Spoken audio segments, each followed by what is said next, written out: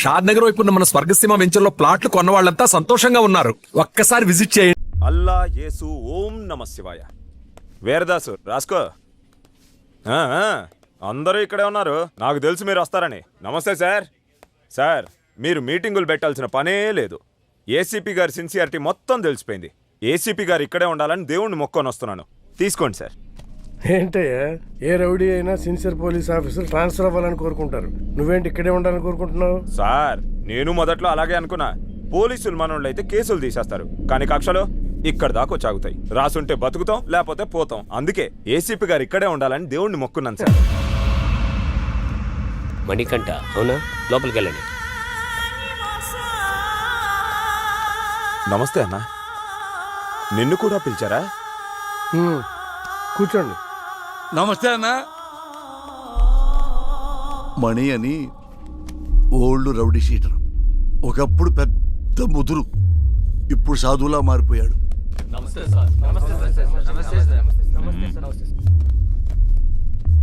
అందరూ వచ్చారా? సార్ రాజు అని అతను రాలేదు సార్. రాజు వాళ్ళ ఎంపీతో మాట్లాడిస్తాడంట. ఎంపీనా? ఎంపీ ఎవడు? గంటలో ఇక్కడ ఉండాలి సార్. వెళ్ళండి. సార్ ఏంటి ఇంతమంది?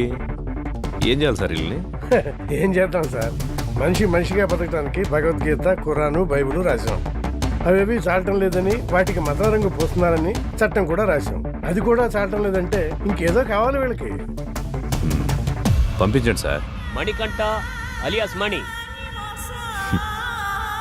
దాదాపు 10 సంవత్సరాలు, 9 మర్డర్ కేసులు, 6 అటెంప్ట్ మర్డర్ కేసులు, 15 సెటిల్మెంట్ కేసులు, అన్నీ వదిలేసి ప్రశాంత జీవితం.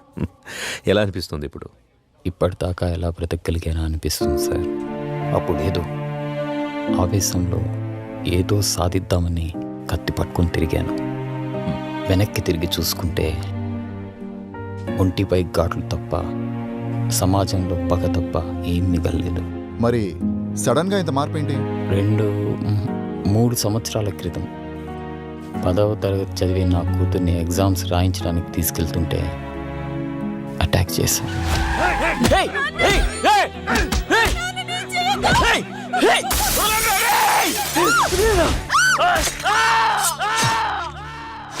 భయం వేసింది. హాస్పిటల్లో చేరాం. వాళ్ళు ఎందుకు పొడిచారు నాన్న? నా కూతురు అడిగింది. దానికి నా దగ్గర సమాధానం లేదు. మొత్తం 29 కేసులు, 25 కేసులు కొట్టేశారు. 2 మర్డర్ కేసులు, 2 అటెంప్ట్ మర్డర్ కేసులు ఇంకా పెండింగ్లో ఉన్నాయి. అన్ని కేసులు ఎలా సాల్వ్ చేసుకోగలిగారు? ఎమ్మెల్యే గారే దగ్గరుండి అందరినీ పిలిపించారు. కొంతమందికి నష్టపరిహారంగా డబ్బులు ఇచ్చాను. ప్రాణాలైతే ఇవ్వలేను. కొంతమంది కాళ్ళు పట్టుకోమన్నారు.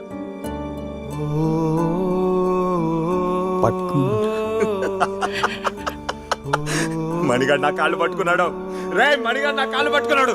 మణిగాడు నా కాళ్ళు పట్టుకున్నాడు. బతుకు పోరా నా కొడక్క. ఇంకొంతమంది నేను నా ప్రాణాలు కావాలన్నా వదిలేస్తామా? వాడు కాళ్ళు పట్టుకుంటే వదిలేస్తామా? వద్దు, వాడి ఊపిరి కావాలి.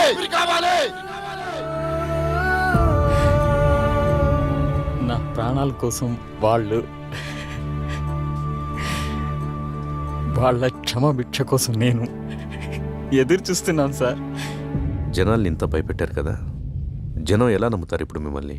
ఒక మనిషే నమ్మలేని ఈ రోజుల్లో మాలాంటి రౌడీల్ని ఎవరు నమ్ముతారు? ఎందుకు నమ్ముతారు? ఎనీహౌ మీ ప్రయత్నం బాగుంది, కానీ మీ పేరు మాత్రం నా దగ్గర వినిపించకుండా చూసుకోండి. వెళ్ళండి. మంచిది.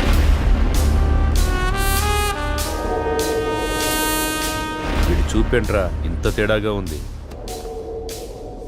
చూడు ట్రాక్ రికార్డ్ ఎట్టు విందో. 6 మర్డర్లు, 8 కిడ్నాపులు, 4 అటెంప్ట్ మర్డర్లు, గత 4 సంవత్సరాల నుంచి దాదాపుగా 20 సెటిల్మెంట్ కేసులు. ట్రాక్ రికార్డ్ బాగానే మెయింటైన్ చేస్తున్నావు. ఎన్ని కోట్లు సంపాదించావేంటి? బాగానే సంపాదించాడు. బయటికి వెళ్తే ఎవడు చంపుతాడోనని 24 గంటలు ఇంట్లోనే దాక్కునేంత భయాన్ని సంపాదించాడు. నాకు బతకడానికి గవర్నమెంట్ జీతం ఇస్తుంది, నీలాంటి వాడిని చంపడానికి గన్స్ ఇస్తుంది. నీకేది కావాలో నేనేది వాడాలో నువ్వే డిసైడ్ చేసుకో. అర్థమైందా? పో. చెప్పింది అర్థమైందిగా. లారా ఇంటర్ స్టేట్ సెకండ్. ఇప్పుడిప్పుడే సెటిల్మెంట్లకు అలవాటు పడుతున్నావు, అవునా? సెటిల్మెంట్ అంటే ఒకడిని సమస్య నుంచి బయటపడేసి బతుకుదారి చూపించడం. మరి నువ్వేంట్రా, వాడెవడికో బతుకుదారి చూపిస్తూ నువ్వు చావుదారి వెతుకుంటున్నావు. మరి నీ సెటిల్మెంట్ ఎవడు చేస్తాడరా? సార్ రాజు సార్. ఎంపీ ఎవడరా? ఎంపీ ఎవడో? సార్ అది కాదు సార్. ఎంపీ గురించి అడిగితే ఎంపీ గురించి మాత్రమే చెప్పు. వీని లాస్ట్కి తీసుకురండి. సార్ పదా. ఇప్పుడు నీకు నేనేం చెప్పినా అర్థం కాదు. నీకు అర్థమయ్యే టైంకి నువ్వు ఏ పరిస్థితిలో ఉంటావో కూడా నాకు తెలుసు. పొరపాట్లు చేయడం తప్పు కాదు, దాన్ని అలవాటు చేసుకోవడమే నేరం. నీకు 4 నెలలు టైం ఇస్తున్నాను. ఇదే రిపీట్ చేసేవనుకో 4 నిమిషాలు కూడా టైం ఇవ్వను. అర్థమైందా? ఓ. ఎం లీలా ప్రసాద్ అలియాస్ ఎమ్మెల్పీ. సార్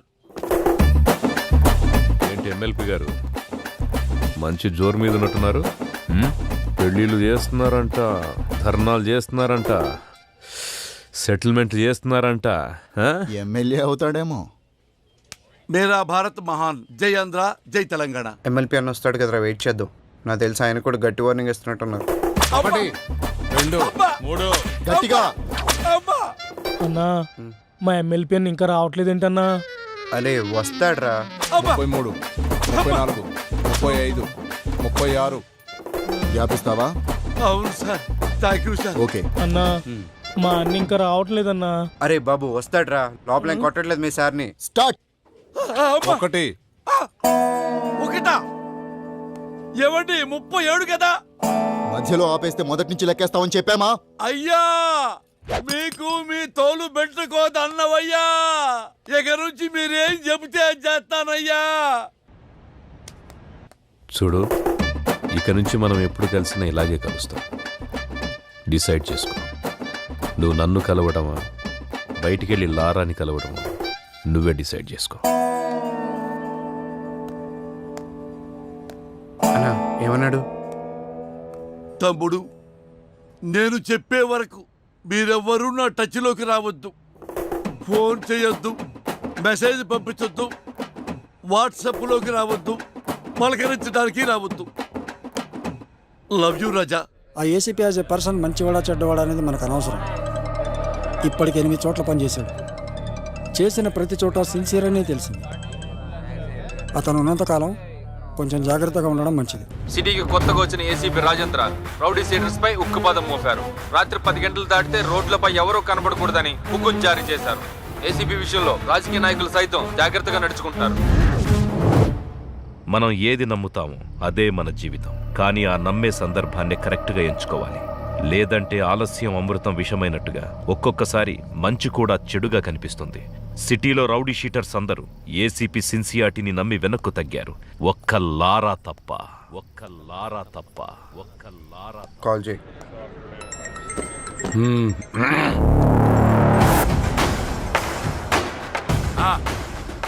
నా డబ్బులు అన్నా ఎంత చెప్పారు నీకు? పెడే ఫోన్. ఇవ్వనంటున్నాడు. మళ్ళీ చేయి. సరే. కట్ చేశాడు.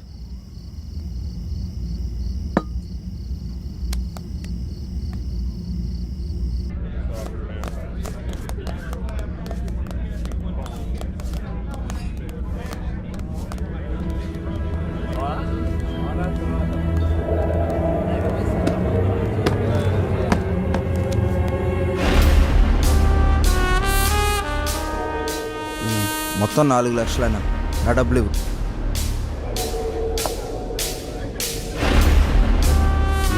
ఇందాక చెప్తున్నావు. అదేనా బాలి గురించి. అన్నా అతని డబ్బులు అతనికి ఇచ్చాయి.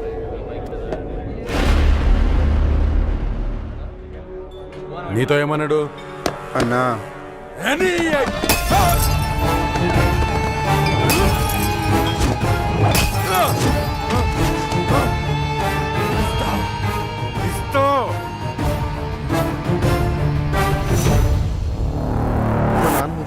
తేడా వస్తే మీ నాన్నకి బదులు నేను వేస్తాం సెల్లు. హలో గొడవనా? నీకు చెబితే అర్థం కావట్లేదా? ఆ సరే నన్ను ఎందుకు కొట్టావు? ఆ ఏసీపీకి తెలిస్తే నిన్ను వదులుతాడు అనుకుంటున్నావా? అరెస్ట్ చేస్తే చేసుకొని మనం చూసుకుందాం. ఏంటి నువ్వు నేను చూసుకునేది? నేను స్టేషన్లో కూర్చోబెట్టి మర్యాదలు చేయడానికి ఆ ఎస్ఐ లాంటి అవినీతి పరుడు కాదు. ఒక్కసారి నిన్ను స్టేషన్కి తీసుకెళ్లి కూర్చోబెట్టాడంటే అరగంటలో సైరన్ గాని కొట్టిన విషయం నీతోడు చెప్పిస్తాడు. సరే ఇప్పుడు ఏం చేద్దాం అంటావు? అది చేసే ముందు అడగాలి. 4 రోజులు అక్కడ కనబడి దాక్కోండి. అంతకు మించి ఇప్పుడు ఏం చేయలేం. నేను ఫోన్ చేసేంత వరకు బయటికి రాకండి. జరుగు.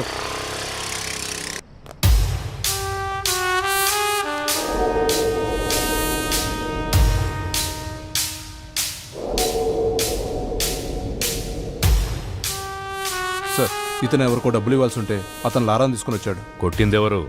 లారా. పట్టుకోండి. రేమా, నేను ఒక 4 రోజులు సిటీ అవుట్స్కట్స్లో ఉంటున్నాను. ఎవ్వరూ నాకు డైరెక్ట్గా ఫోన్ చేయకండి. ఏదైనా ఉంటే డైరెక్ట్గా వచ్చి కలవండి. ఓకేనా? అర్థమైందా? అర్థం అవ్వట్లేదా నీకు? ఏసీపీ సిన్సియర్ అని చెప్తుంటే అర్థం అవ్వట్లేదా నీకు? చూడలేదా? వీడు అలాంటి ఒక పోలీసే. కొత్తలో వచ్చినప్పుడు అందరూ ఇలాగే నటిస్తారు. ఒక్క 6 నెలలు చూడు, 6 నెలలు చూడు, అప్పుడు అర్థం అవుతుంది. ఇంతేనా? జీవితాంతం ఇలాగే ఉంటావా? తప్పించుకుంటూ తిరుగుతావా? నేను వెళ్తాను.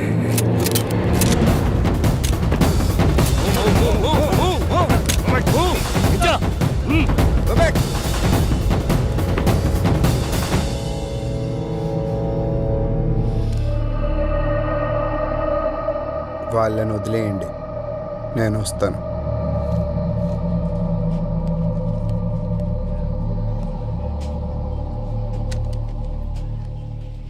సార్, మీరున్నంత వరకు లారా మీద ఎవ్వరూ కేసు పెట్టరు సార్.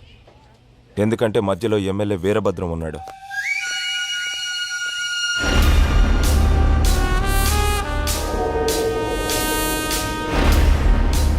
ఎలా ఉన్నావు? పోలీసులు ఉన్నప్పుడు రాకూడదు కదా, అందుకే కొంచెం లేట్ అయింది. ఎమ్మెల్యే సగం ఆస్తులు సైరన్ పేరు మీద ఉన్నాయి. సైరన్ ఆయనకు బినామీ సార్. ఇప్పుడు నీతో కేసు పెట్టిస్తే ఆ లారాగాడు నువ్వు డబ్బులు ఇవ్వాల్సిన చేత కేసు పెట్టిస్తాడు. మీరు కేసుని కేసులా చూస్తారు, సైరన్ అరెస్ట్ చేస్తారు. అదే జరిగితే నిన్ను పాలిటిక్స్లోకి తీసుకురావడం కష్టం అవుతుంది. ఆ ఏసీపీ గాడు ట్రాన్స్ఫర్ అయిన గంటలో ఆ లారాగాడి సంగతి తేలుతాం. వస్తాను సార్. టేక్ కేర్, నేను చూసుకుంటాను. అన్నా, మనం సైలెంట్గా ఉంటే వాడికి చేతకాని వాళ్ళ కనబడుతున్నాం. వాడిని వదిలేస్తే ఇలానే ఎగిరెగిరి పడుతూ ఉంటాడు. వాడికి గట్టిగా అటాక్ ఇస్తేనే మన జోలికి రాకుండా ఉంటాడన్నా. బాలరాజు, తెలివైన వాడిని నమ్మకంతో కొట్టాలి, తెగించిన వాడిని అదును చూసి కొట్టాలి. మనకి ఒక అవకాశం వస్తుంది. సార్, వీడిని డీల్ చేయడం ఇలా కాదు సార్, పంపించేయండి.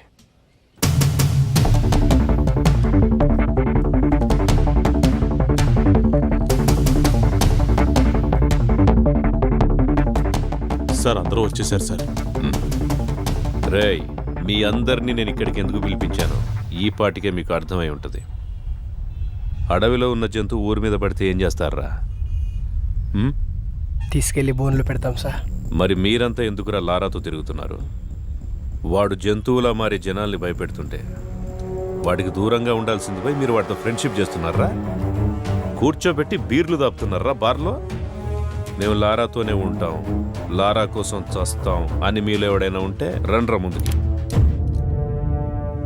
ఇంకోసారి మీరు వాడితో తిరిగినట్టు కనిపించినా, మీరు వాడితో కనపడినా, ఆఖరికి వాడి ఫోన్ కాల్ రిసీవ్ చేసుకున్నా మీ అందరి మీద రౌడీ షీట్ ఓపెన్ అవుతుంది. వాడిని మళ్ళీ మీ బార్లో చూసినా, మీ బార్లో కూర్చోబెట్టినా మీ బార్ సీజ్ అయిపోతుంది. మీకు ఇదే లాస్ట్ వార్నింగ్. నాతో పాటు మీరు కూడా జనానికి న్యాయం చేసిన వాళ్ళు అవుతారు. బాబు నమస్తే.